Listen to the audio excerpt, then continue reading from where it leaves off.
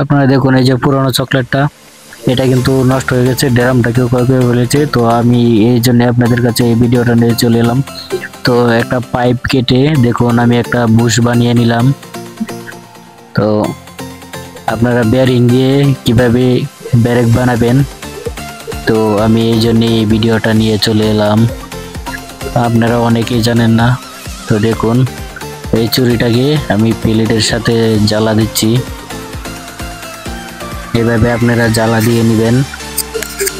অটোমেশিক দোনোটারই কিন্তু আপনারা কাজ করতে পারবেন।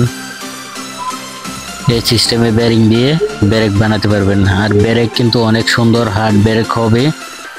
আর যে বেয়ারিং এর সাইজ হলো 6002 দিয়ে আপনারা যদি এই ব্রেকটা বানান তাহলে অনেক সুন্দর হবে।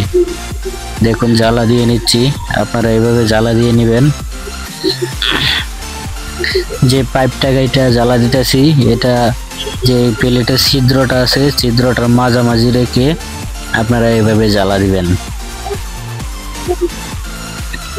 যেন আঁকা বাঁকা না হয়। যদি আঁকা বাঁকা হয় তাহলে কিন্তু আপনাদের ব্রেক সুন্দর হবে না। আর এই ব্রেকটা বানানোর মূলত কারণ হলো, অনেক ড্রাইভার ভাই বলে যে ভাই আমার চাকা ফাঁসা যায়, চাকা গরম হয়ে যায়, বা আমার ড্রাম খেয়ে গেছে, ড্রামে বাজে, এই জন্য এই ব্রেকটা বানানোর নতুন একটা পদ্ধতি করলাম। তো এখন চকলেটটা এইভাবে লাগিয়ে নেবেন। লাগানোর পর দেখবেন যে হাতে ঘুরিয়ে দেখবেন ফ্রি আছে কিনা।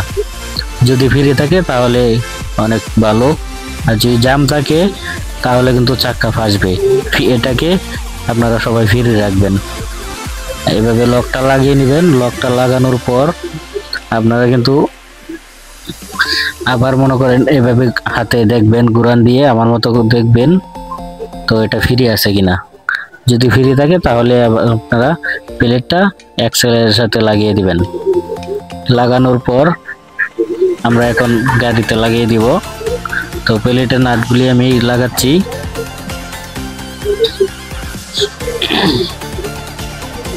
এখন এভাবে লাগিয়ে নিলাম।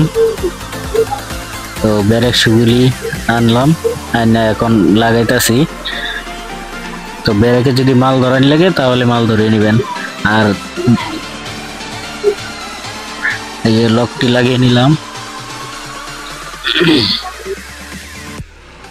এখন চাকাটা বসাবো। তো দেখুন ব্রেকটা একবারে হার্ড ব্রেক, অনেক সুন্দর হয়েছে ব্রেকটা।